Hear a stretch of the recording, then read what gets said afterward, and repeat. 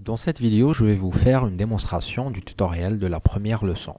L'objectif de ce tutoriel est de géoréférencer une carte scannée des archives provenant d'un format papier que nous avons scanné pour pouvoir l'utiliser dans un SIG. Par la suite, et après avoir fait ça, nous allons utiliser cette carte géoréférencée pour numériser des données à partir de cette carte pour pouvoir par la suite les utiliser dans nos applications de traitement. Donc la première étape qu'il faut faire serait d'inspecter les données que nous allons utiliser dans cet exercice. Pour ce faire, naviguez vers le dossier qui contient ces données et vous allez remarquer que le dossier contient un fichier JPEG. Donc vous avez téléchargé ces données à partir de la plateforme e-learning et c'est pour l'exercice 1, c'est ça le seul fichier que nous allons utiliser. Donc elle contient quoi? Elle contient un fichier de type JPEG qui représente une photo de la carte scannée. Avant de commencer l'opération de géoréférencement, il est important d'inspecter la photo. Et donc on peut faire cela dans n'importe quel logiciel de visualisation d'image. Nous allons ouvrir cette image et nous allons voir si nous arrivons à trouver des informations sur les coordonnées de cette carte. Nous allons zoomer un tout petit peu, nous allons voir que dans le coin en haut à gauche, nous remarquons qu'il y a deux systèmes de coordonnées différents. Les coordonnées qu'on arrive à identifier avec le degré, minute et seconde. La carte aussi, elle contient une grille, d'accord? Et à chaque grille, à chaque ligne, verticale ou horizontale, il y a un nombre qui est attaché. Donc dans cette première ligne verticale, on trouve un nombre qui dit 581 000 mètres est.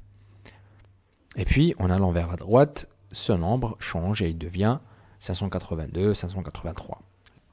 En allant vers la droite, nous remarquons d'autres nombres, soit en degrés ou bien même des nombres qui ont les unités des pieds, tels qu'illustrés ici.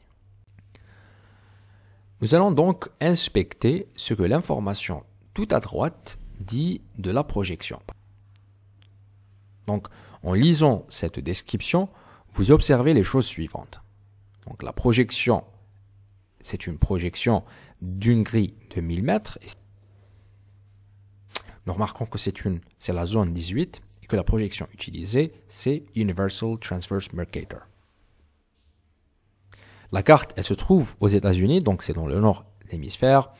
Et pour cela, le datum qui est utilisé, c'est le North American Datum. Donc, toutes ces informations combinées nous indiquent clairement que la projection est de type UTM Zone 8 avec le datum American North Datum. Alors, nous allons utiliser cette grille justement pour géoréférencer cette carte.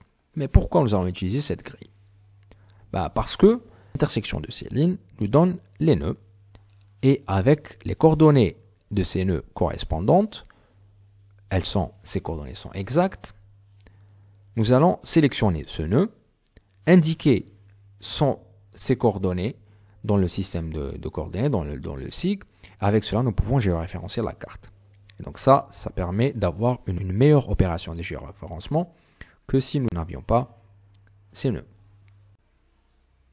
Avant de procéder au géoréférencement, il est nécessaire de trouver le code EPSG correspondant à cette projection. Pourquoi? Parce que l'utilisation des codes EPSG est très utile pour identifier la projection.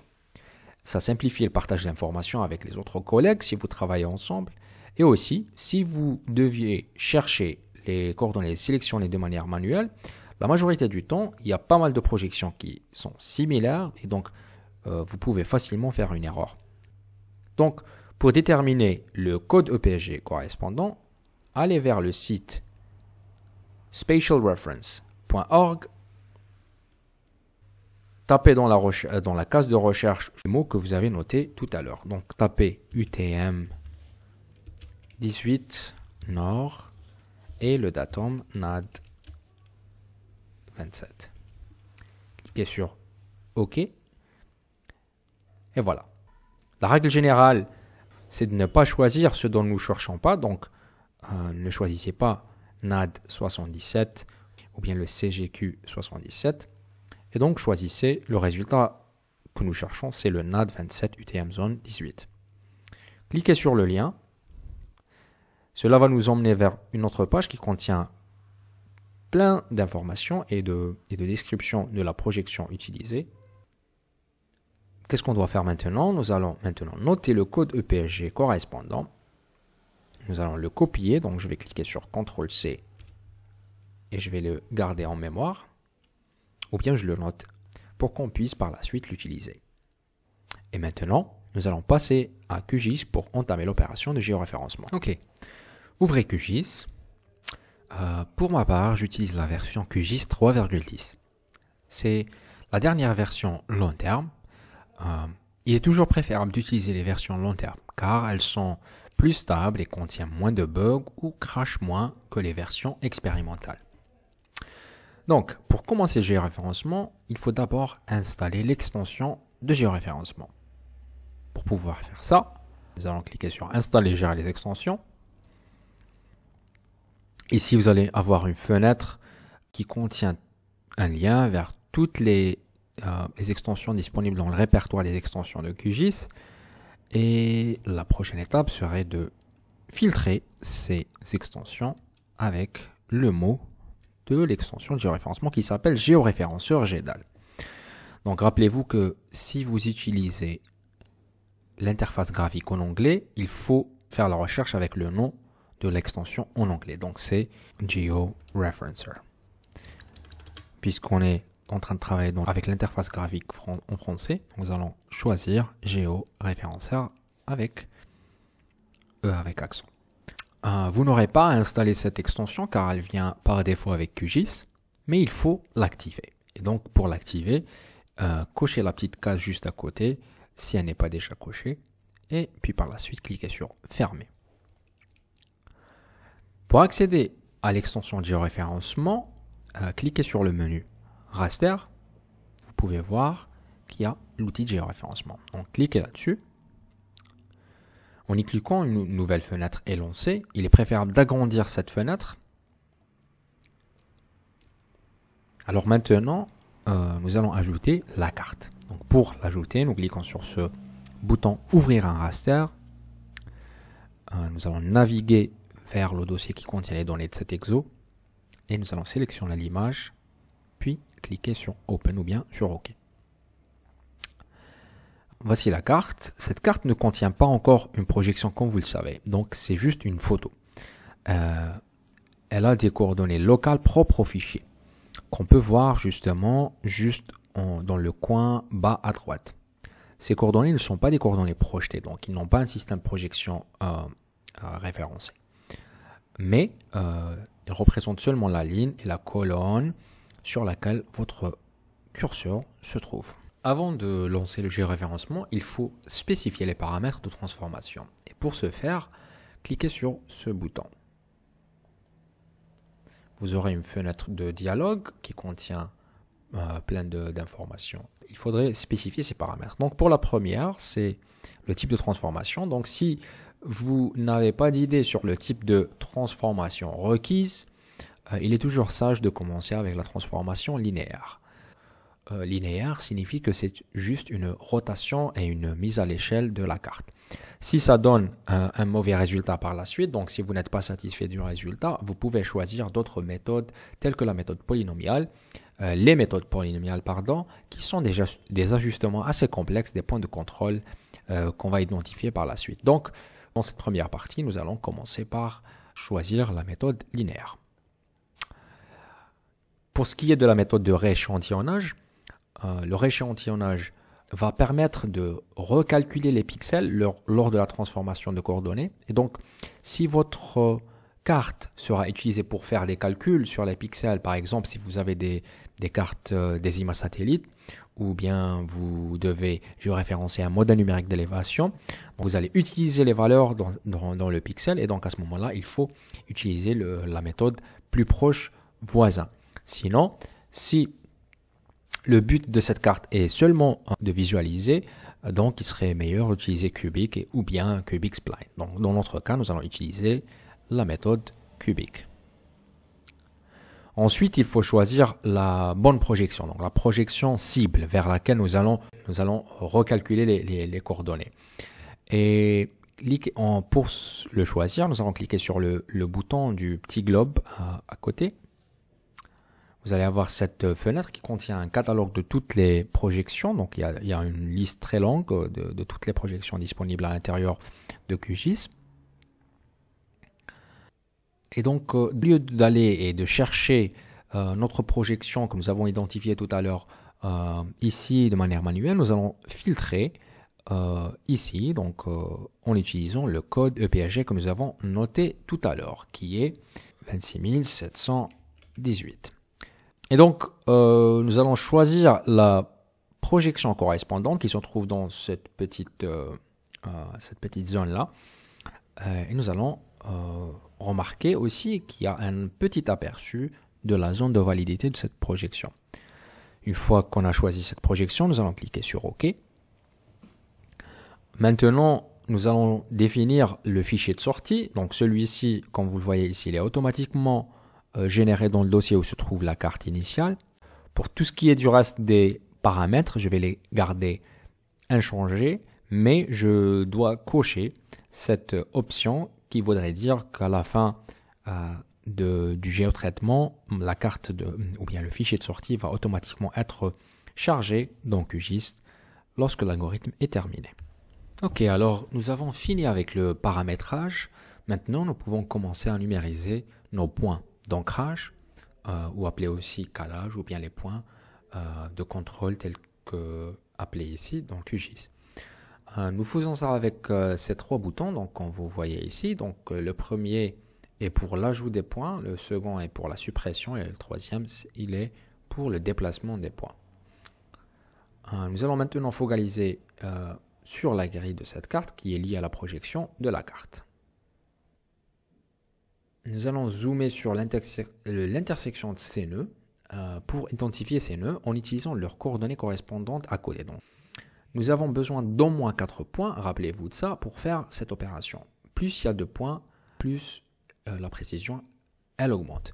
Il faut donc choisir ces points aussi pour qu'ils soient répartis un peu dans l'espace pour que le géoréférencement soit précis sur toute la carte, pas seulement sur une seule zone par rapport à une autre. Donc pour commencer, on va zoomer sur le coin d'en haut à gauche. Ok, alors nous avons fini avec le paramétrage. Maintenant, nous pouvons commencer à numériser nos points d'ancrage, ou appelés aussi calage, ou bien les points de contrôle tels que appelés ici dans QGIS. Nous faisons ça avec ces trois boutons, donc comme vous voyez ici. Donc le premier est pour l'ajout des points, le second est pour la suppression et le troisième il est pour le déplacement des points. Nous allons maintenant focaliser sur la grille de cette carte qui est liée à la projection de la carte.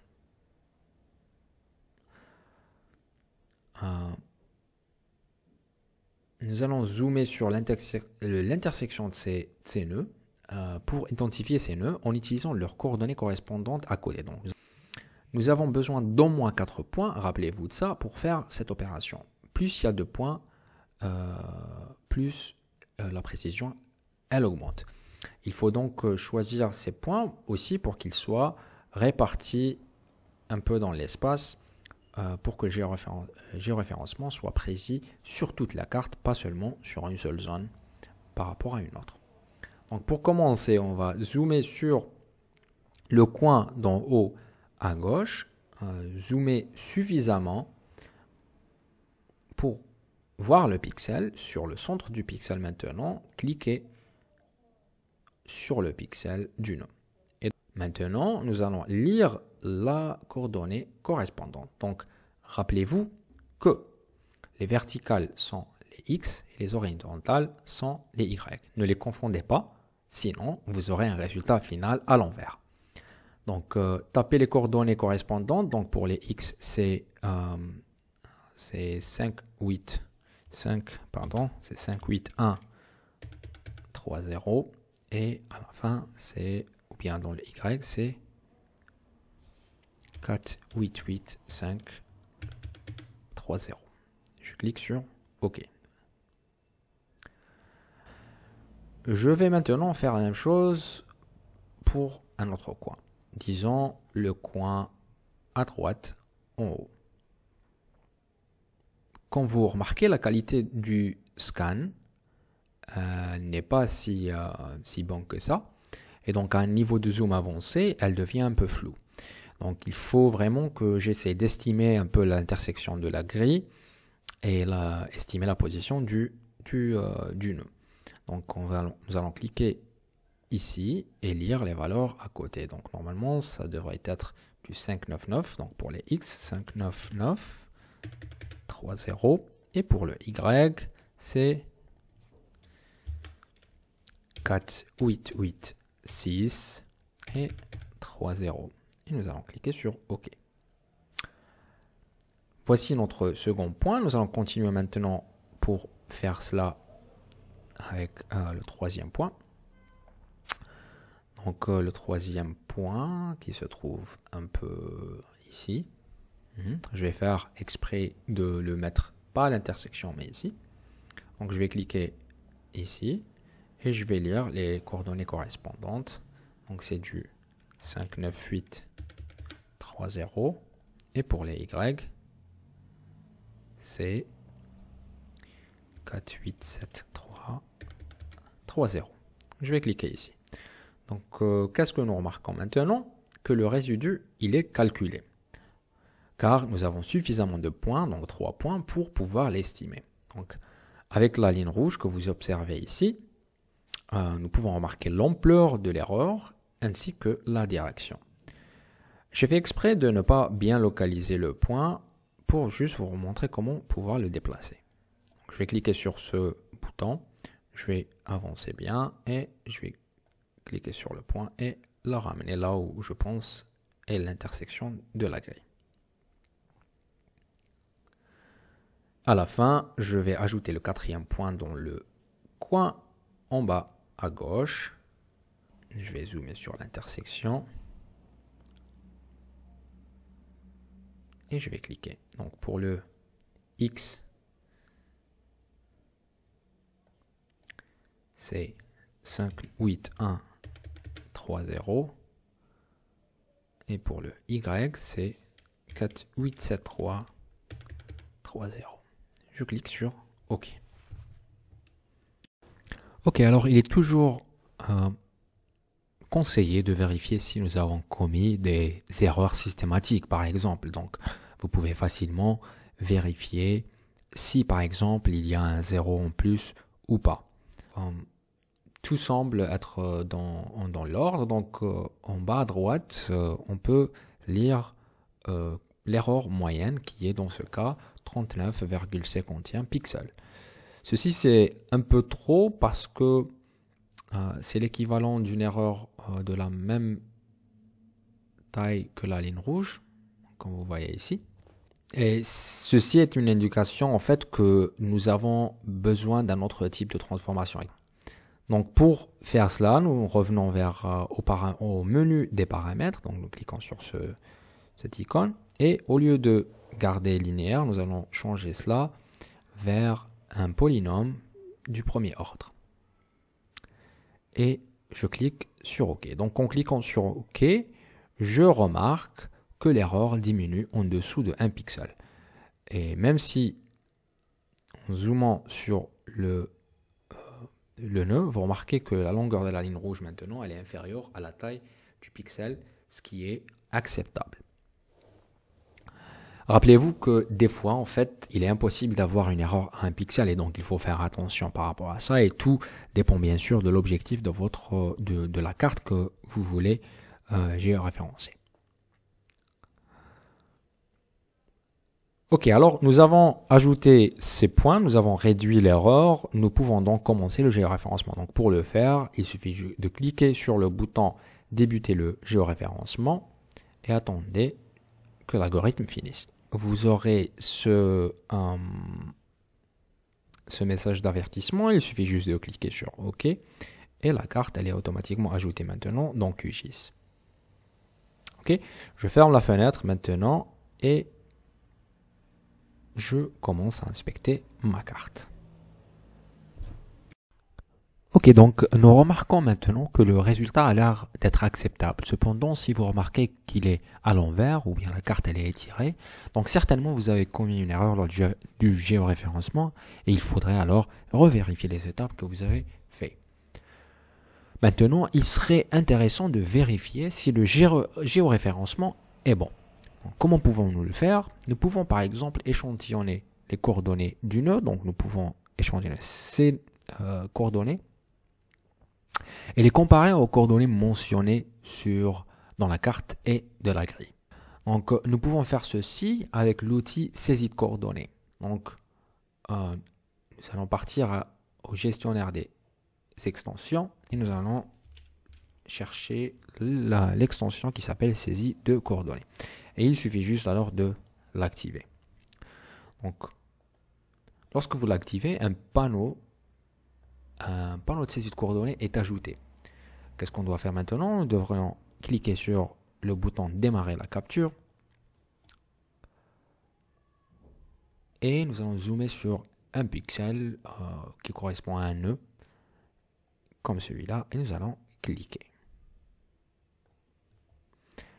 Le premier résultat que nous trouvons, il est en longitude et longitude, donc ce sont les coordonnées en longitude et longitude, et le second est les coordonnées dans la projection de la couche. Donc vérifions maintenant si ces coordonnées correspondent bien aux coordonnées sur la carte.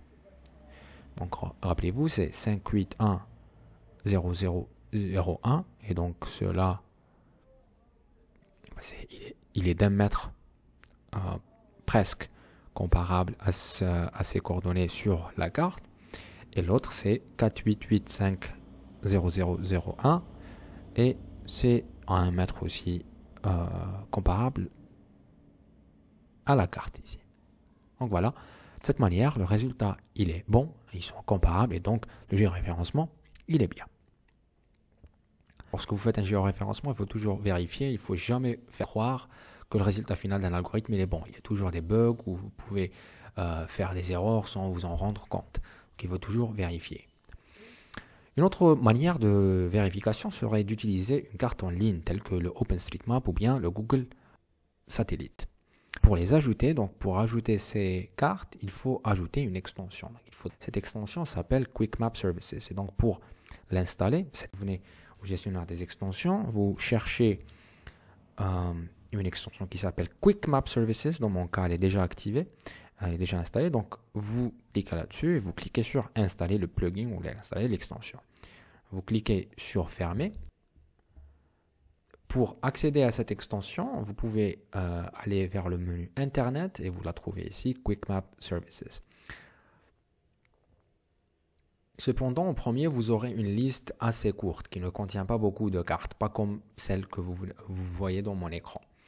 Pour la mettre à jour, il faut aller d'abord aux options, donc aux settings. Choisissez l'onglet More Services, donc plus de services, et cliquez sur Get Contributed Pack, qui veut dire ajouter le paquet complet. Et puis par la suite, vous cliquez sur Enregistrer. Lorsque vous le faites, vous accédez au menu Internet, à l'extension Quick Map Services, et à ce moment-là, vous aurez toutes les options, toutes les cartes sont là disponibles. Choisissez la carte OpenStreetMap et choisissez OSM standard. Rappelez-vous que vous nécessitez d'avoir une connexion pour pouvoir voir ces cartes. Donc si vous n'avez pas de connexion, ça ne marchera pas. L'idée maintenant, c'est de comparer les plans d'eau, donc les lacs sur notre carte, avec les lacs sur la carte de OSM. Comment je fais ça? Je vais appuyer sur la touche espace pour pouvoir basculer d'une couche à une autre. Donc je vais zoomer un peu comme ça et je vais basculer entre les deux et voilà, c'est-à-dire on arrive à voir que les deux lacs ont pratiquement les mêmes limites. Vous pouvez aussi jouer sur la transparence de la couche de la carte ou bien appliquer le mode fusion. Et donc pour faire cela, nous pouvons venir ici, nous allons appliquer ou bien cocher cette couche et nous allons jouer sur le mode de fusion ici. Donc je clique sur le mode de fusion multiplié. Qu'est-ce que cela fait? Eh bien, il fusionne les deux couches Et avec cela, on arrive à voir les limites de notre carte avec les limites de la carte de OpenStreetMap des lacs dans cette région des États-Unis. Donc en remarquant c'est-à-dire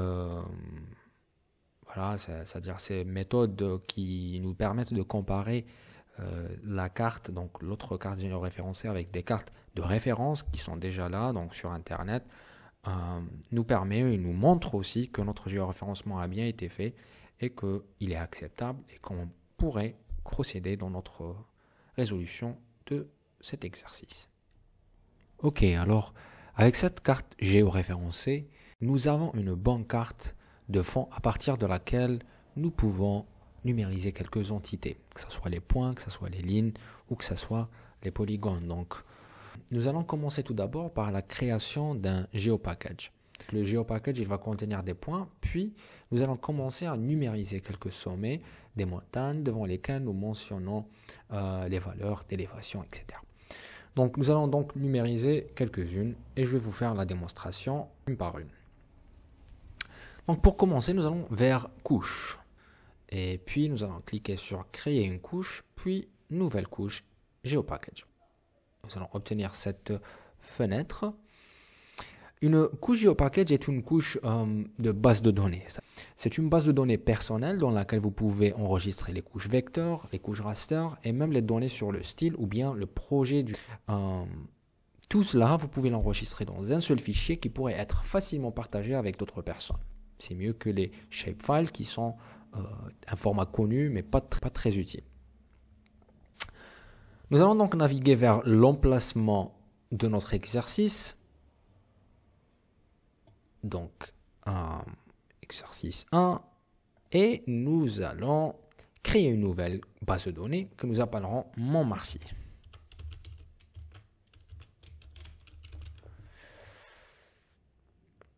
Remarquez que l'extension du fichier est .gpkg. Donc, je clique sur Save.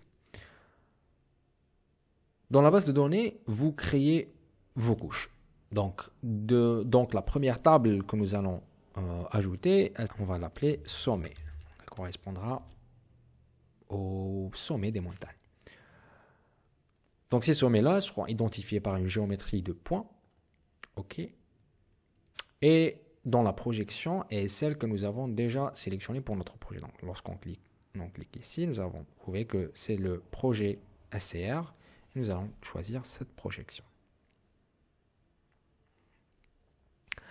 Donc le premier paramètre à ajouter est le nom des champs. Le premier est donc le champ où nous allons identifier nos élévations. Donc nous allons l'appeler élévation. Comme ça. Ce n'est pas une donnée texte, c'est un nombre entier. Et nous allons cliquer sur ajouter à la liste des champs. Puis nous ajoutons le nom de la montagne. Donc nous allons appeler ce champ nom.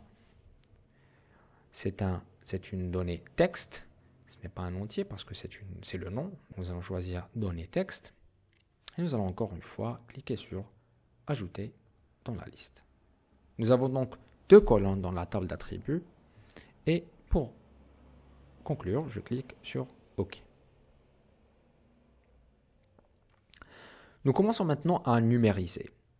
Et pour commencer, nous devons cliquer sur ce bouton-là, donc qui s'appelle basculer en mode édition. Donc elle va nous permettre de commencer à éditer cette couche que nous venons de créer. Donc la couche sommet est donc prête à être éditée et avec ce bouton, nous pouvons ajouter une entité. Donc avec ce bouton-là, nous pouvons ajouter une entité. Il suffit juste de savoir que ce bouton change si l'entité est une ligne ou un polygone ou un point. D'accord? Donc on clique là-dessus. Nous allons chercher maintenant des montagnes.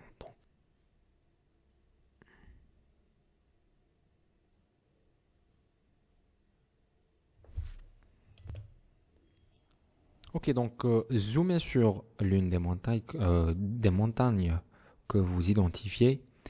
Nous allons par exemple zoomer sur la montagne Mount Marcy, donc le mont Marcy. Et cliquez sur le triangle. Donc, il me paraît que vous remarquez que l'indication d'élévation elle est un peu floue, mais je peux deviner que c'est à peu près un 6 de 6. Et que le nom c'est Montmarcy. Vous remarquez qu'il y a un champ qui est automatiquement généré qui indique juste l'ordre du point ou l'entité que vous venez de créer. Donc vous cliquez OK et le point il est là, il est ajouté. Nous allons ajouter un autre, donc nous allons nous focaliser sur le mountain ou le mont Haystack. Donc on clique sur ce point-là, donc sur le sommet. Encore une fois, le champ infidèle est automatiquement généré, donc dans ce cas-là, il va être égal à 2. L'élévation, c'est 1672. Et nous allons appeler ça Mount Haystack. Puis, nous cliquons sur OK. Donc voilà, maintenant, nous avons 2 points qui sont ajoutés. Rappelez-vous que vous pouvez supprimer un point si vous n'êtes pas satisfait de son emplacement ou bien d'un nom. Donc pour le supprimer, il suffit juste de cliquer sur ce bouton-là, sélectionner des entités avec un rectangle. Donc il va automatiquement être mis en jaune et donc vous pouvez cliquer sur cette icône pour supprimer les entités. Mais nous n'allons pas supprimer ce point. Remarquez aussi que tant que cette couche-là elle est en mode édition, ça veut dire que ces changements sont encore seulement en mémoire et ne sont pas encore enregistrés. Et donc il faut les enregistrer dans le fichier en cliquant sur le bouton enregistrer la modification. Cependant, si disons que vous ne voulez pas enregistrer ce que vous venez de faire, cliquez sur basculer en mode édition encore une fois. Vous aurez cette fenêtre. Puisque vous ne voulez pas enregistrer les modifications, vous pouvez cliquer sur ne pas tenir et si vous faites ça, vous revenez jusqu'à la dernière sauvegarde, mais dans notre cas, nous allons cliquer sur enregistrer. J'ouvre la table d'attributs pour vérifier ce que je viens de faire et je trouve que exactement j'ai 2 lignes avec l'élévation et le nom correspondant. Ok, maintenant je vais faire la démonstration sur les rivières. Une partie des rivières seulement. Donc l'idée est donc de numériser un affluent. Donc on se positionne sur cet affluent-là, donc l'affluent Brook, qui donc c'est un cours d'eau qui emmène directement au lac. Donc nous allons ajouter une couche GeoPackage. Sauf que cette fois-ci, nous allons parcourir vers l'emplacement de la base de données que nous avons créée lors de la manipulation précédente et nous allons choisir le GeoPackage Montmarcy que nous avons créé tout à l'heure.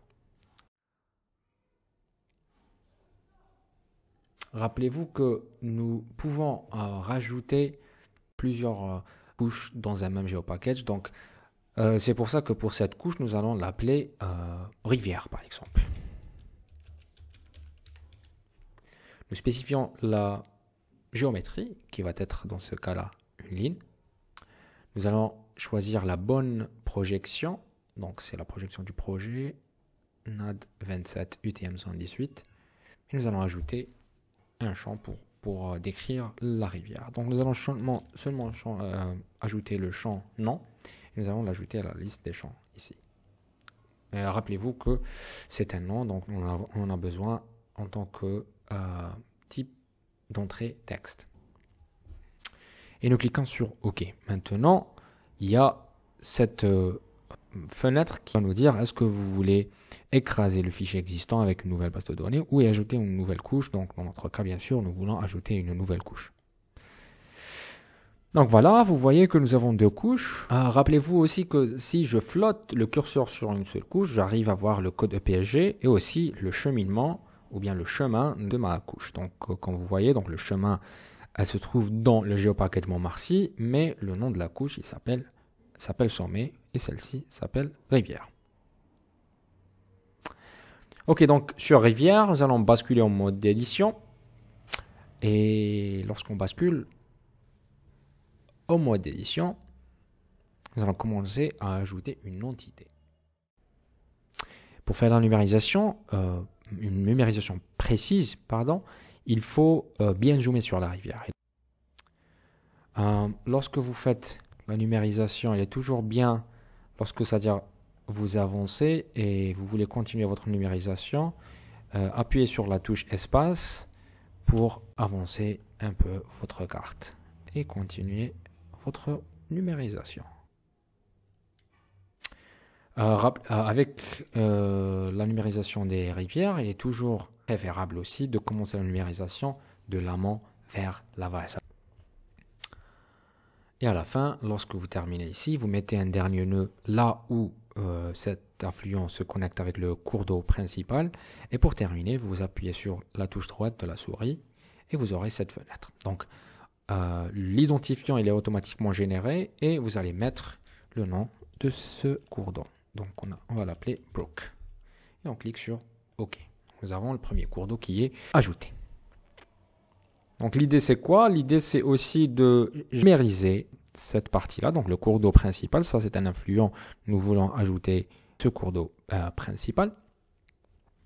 Et pour pouvoir le faire d'une manière qui va nous éviter d'avoir des problèmes dans la connexion des différents segments, il serait intéressant d'activer l'outil d'accrochage. Donc pour le faire, il faut cliquer sur la barre de menu et donc il faut choisir ou chercher la barre d'accrochage. Donc là voilà, donc elle est là, donc nous allons l'activer. Je change la tolérance, donc je clique là-dessus, je change la tolérance, je la mets en mètres et je précise que c'est 15 mètres. Donc regardez maintenant qu'est-ce qui se passe. Donc en activant cet outil d'accrochage, lorsque le curseur il est proche d'un nœud, automatiquement ce nœud il est mis en évidence et donc si je numérise un autre affluent, je peux connecter le nœud du cours d'eau principal avec le nœud de l'affluent et donc cela va nous éviter d'avoir les dépassements positifs et les dépassements négatifs. Donc je commence à partir de l'amont et je continue à numériser ce cours d'eau.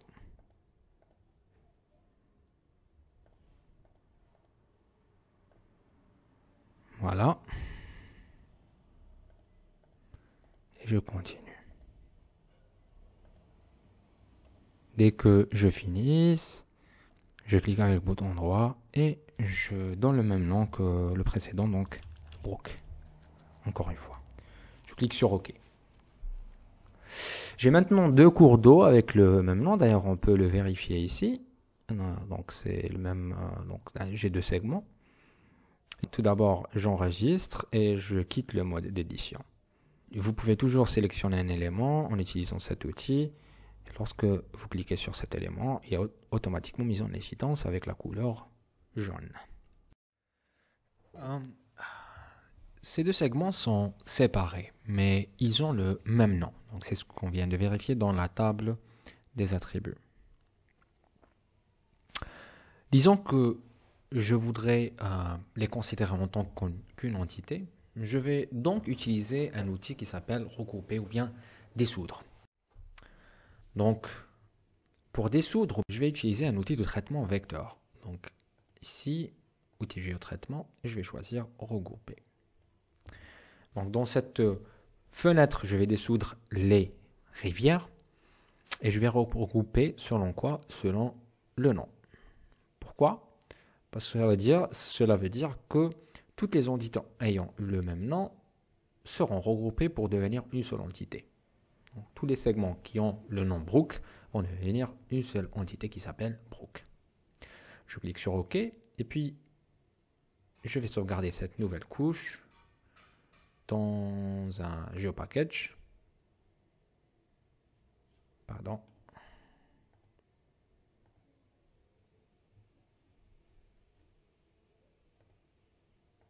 Je vais cliquer sur sauvegarder et là, en tant que nom de la couche, je vais appeler ça rivière regroupée.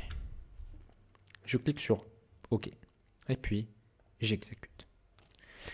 L'algorithme est fini. Donc, et maintenant, vérifier la table d'attributs. Et nous remarquons qu'il y a un seul segment qui contient Brook. Et lorsqu'on sélectionne, il y a les deux segments qui sont sélectionnés à la fois. comme vous le voyez. Ok, alors après avoir terminé avec la numérisation des points et des lignes, donc les sommets et les rivières, maintenant nous allons procéder pour numériser des polygones. Et pour cela, nous allons numériser les lacs. Donc je ne vais pas faire une numérisation d'un lac aussi grand, donc je vais choisir un lac un peu petit que je pourrais faire très rapidement, juste à titre de démonstration.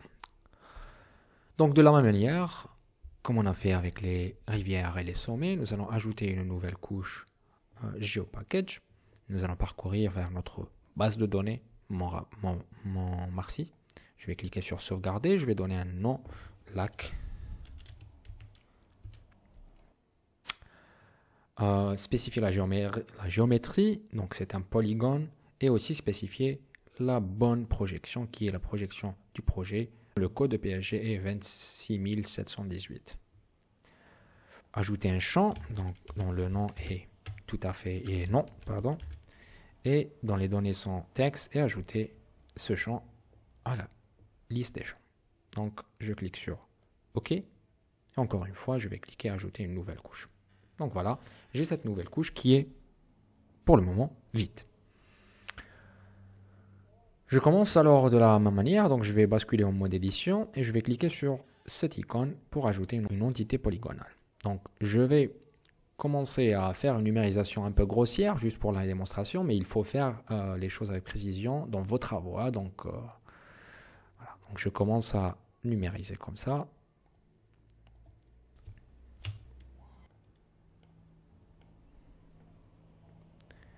Quand j'arrive à la fin, je vais cliquer avec le bouton droit et je vais donner un nom un peu quelconque, un lac, voilà, tout simplement. Je clique sur OK, voilà, et l'entité polygonale est ajoutée. Donc, des fois, vous remarquez par exemple, comme ici, qu'il y a quelques lacs qui ont des îles. Et donc, comment est-ce qu'on fait pour générer ces îles-là? Donc, en fait, ce que vous pouvez faire, c'est de cliquer avec le bouton droit ici, et donc d'activer la barre d'outils de numérisation avancée. Donc là, voilà. Et ici, comme vous voyez, il y a des options qui vous permettent d'ajouter un anneau. Par exemple, je clique sur ça et donc je vais spécifier l'anneau à l'intérieur et je clique comme ça et donc je génère l'anneau. Très rapidement, très facile. À la fin, dès que je termine, je vais enregistrer les modifications de la couche et quitter le mode d'édition. Ok, alors après avoir terminé la partie de numérisation, où nous avons numérisé les sommets, les rivières et les lacs, nous allons maintenant passer à la partie de symbologie. Donc dans cette partie, nous allons attribuer un style à ces couches. Donc pour commencer, nous allons commencer avec la couche des sommets, donc les points. Nous allons zoomer sur cette couche et vous remarquez que nous avons 2 points. Donc pour commencer à changer le style, nous allons cliquer sur ce bouton-là, donc pour ouvrir le panneau de style de couche. Et comme vous voyez, par défaut, le symbole, c'est un symbole simple.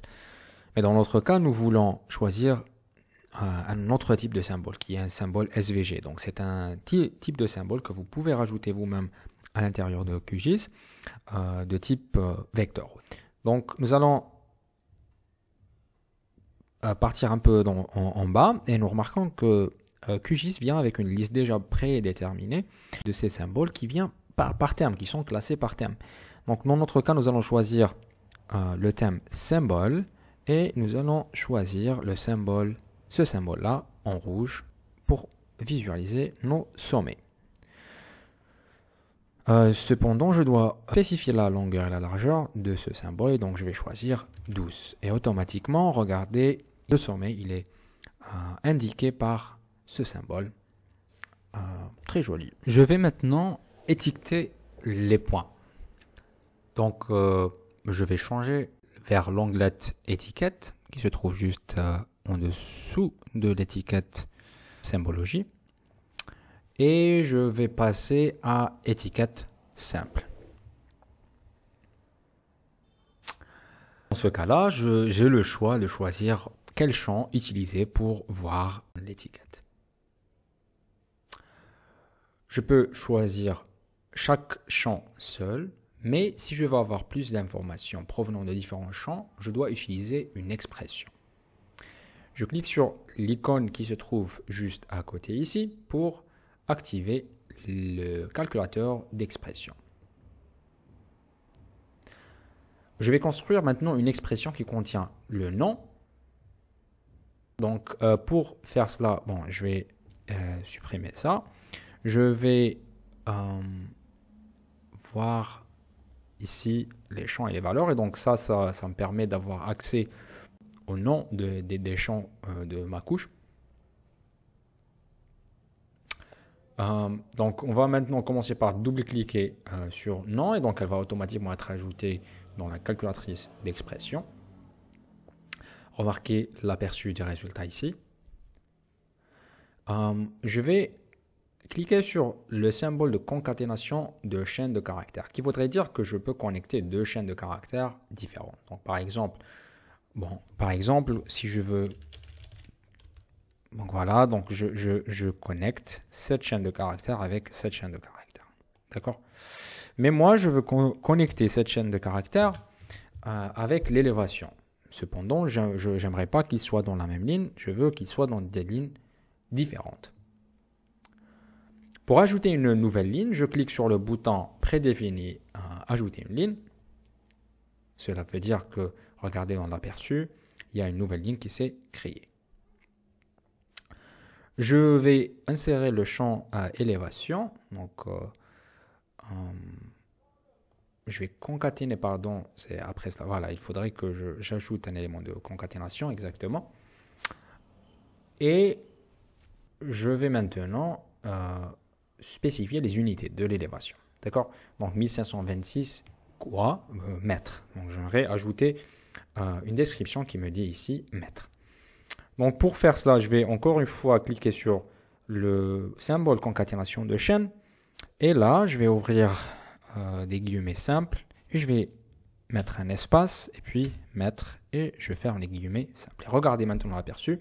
J'ai dans une ligne le nom d'une montagne et dans une autre ligne l'élévation indiquée avec les unités en mètres. Donc, je clique sur OK et voilà. Donc, voilà l'étiquette. Elle est un peu difficile à visualiser, mais nous avons maintenant travaillé sur comment améliorer la visualisation de ces étiquettes. Donc, jusqu'à maintenant, vous avez appris comment ajouter une seconde ligne dans une étiquette couche vecteur.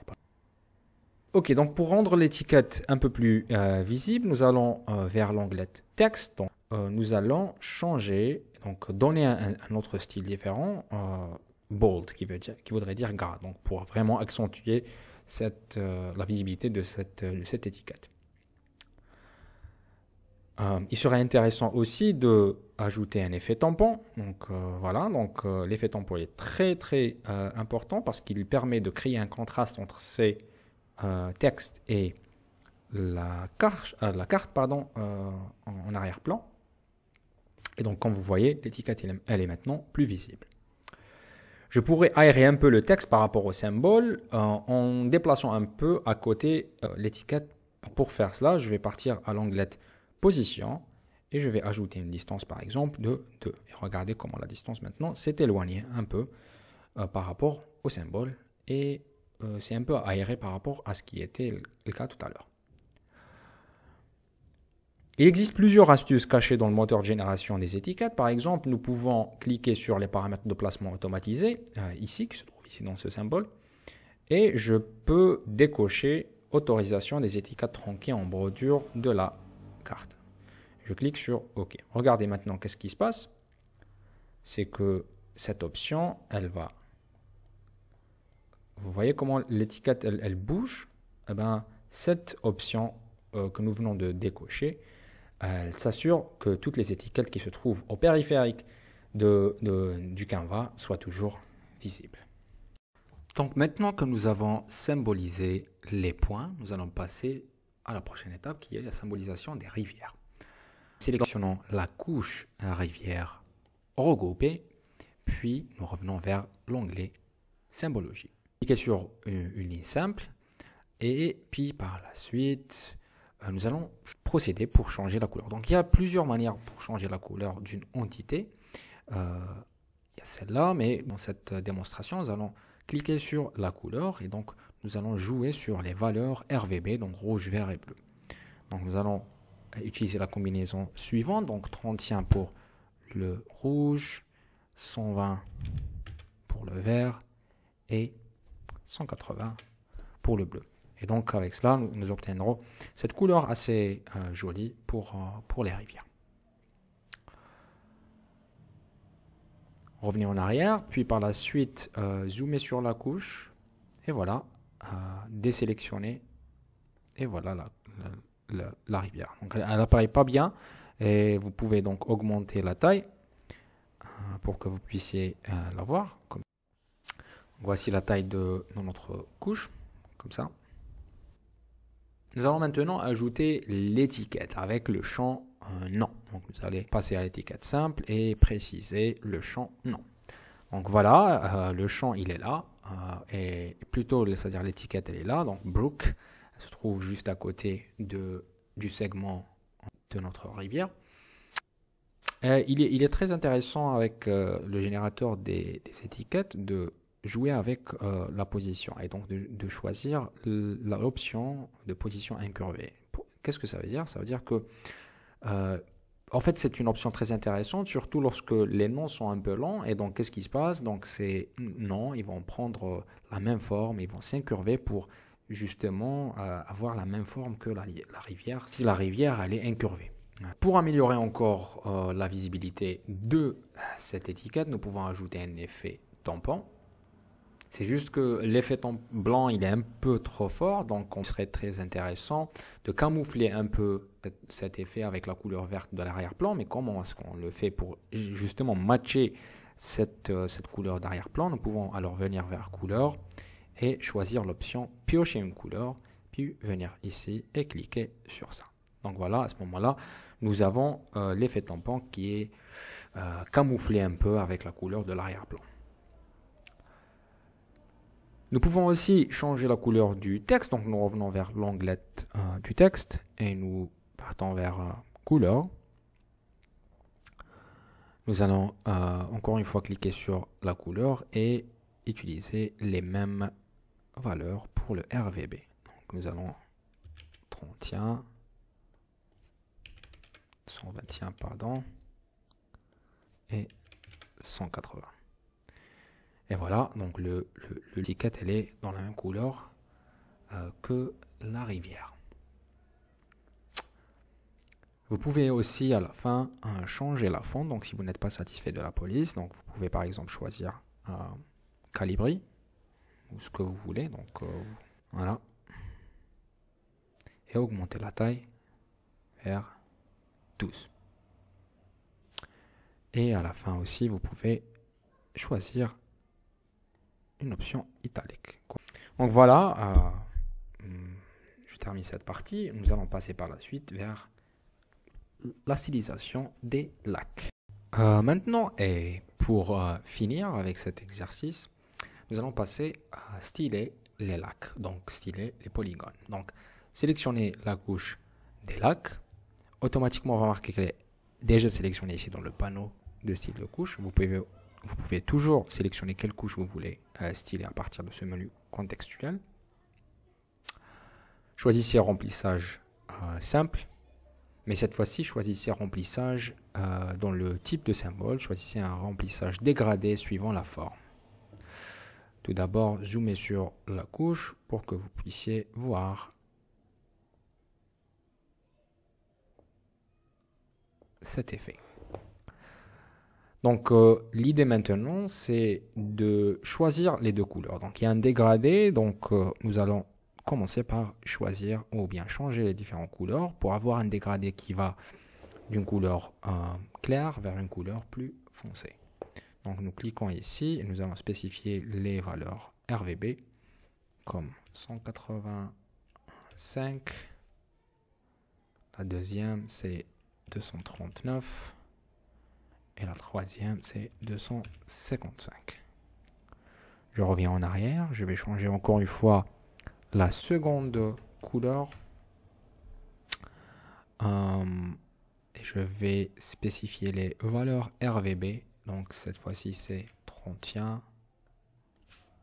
33 et 180. Donc c'est la même couleur que nous avons choisi tout à l'heure. Sauf que je vais retourner un peu en arrière. Je vais changer d'autres paramètres. Par exemple, je vais définir la distance de floutage que je vais définir à 6. Et je vais augmenter l'intensité du floutage à 12. Et comme ça, j'ai un très bon dégradé. Nous voulons aussi voir les limites du lac. Et donc, je vais ajouter une seconde couche au symbole. Donc, pour faire cela, j'ajoute un autre symbole ici. Et pour ce qui est du type de symbole, je vais choisir ligne simple. Et pour cela, je reviens vers couleur et je vais choisir la couleur avec les valeurs RVV que j'ai définies tout à l'heure. 133 et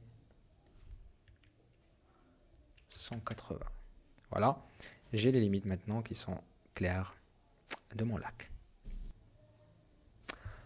Nous allons maintenant étiqueter le lac avec une étiquette simple. Donc nous revenons vers l'onglet d'étiquette. Je vais choisir une étiquette simple et nous allons choisir nom comme valeur, comme champ d'étiquette.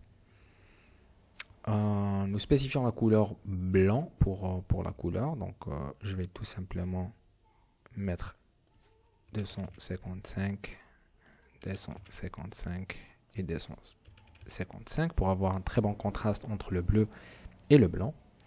Je reviens en arrière, je vais mettre le tout en gras, donc je vais choisir un effet gras. Et maintenant pour ce qui est de la position, je vais cliquer sur position ici et donc cliquer sur horizontal ou bien centroïde. Ou bien voilà, je peux choisir, c'est-à-dire n'importe quelle autre option. Je vous invite à expérimenter un peu avec ces options-là dans votre propre temps. Et à la fin, je termine donc la partie de visualisation et de symbologie. N'oubliez pas d'enregistrer votre projet. Donc, vous pouvez l'enregistrer directement dans un GeoPackage. Et cette fois-ci, comme nous l'avons fait tout à l'heure, nous allons l'enregistrer dans le GeoPackage que nous avons monté pour cet exercice. Donc, mon Marcy, je clique sur Open. Et là, je donne un nom qui est semaine 1. Donc, c'est la première semaine. Je clique sur OK. Donc, le projet, il est là. Donc, je viens vers l'explorateur. Je vais partir pour voir justement les données de l'exercice 1. Voici notre base de données qui contient les couches que nous avons générées. Je peux aussi ajouter un raster à cette base de données. Donc, et je peux faire ça juste en cliquant comme ça et en la ramenant à la base de données. Et l'importation est réussie. À ce moment-là, elle sera à l'intérieur de ma base de données. Et comme ça, de cette manière-là, je viens de terminer la démonstration pour la leçon de la première semaine. Je vous remercie pour votre attention et à la semaine prochaine.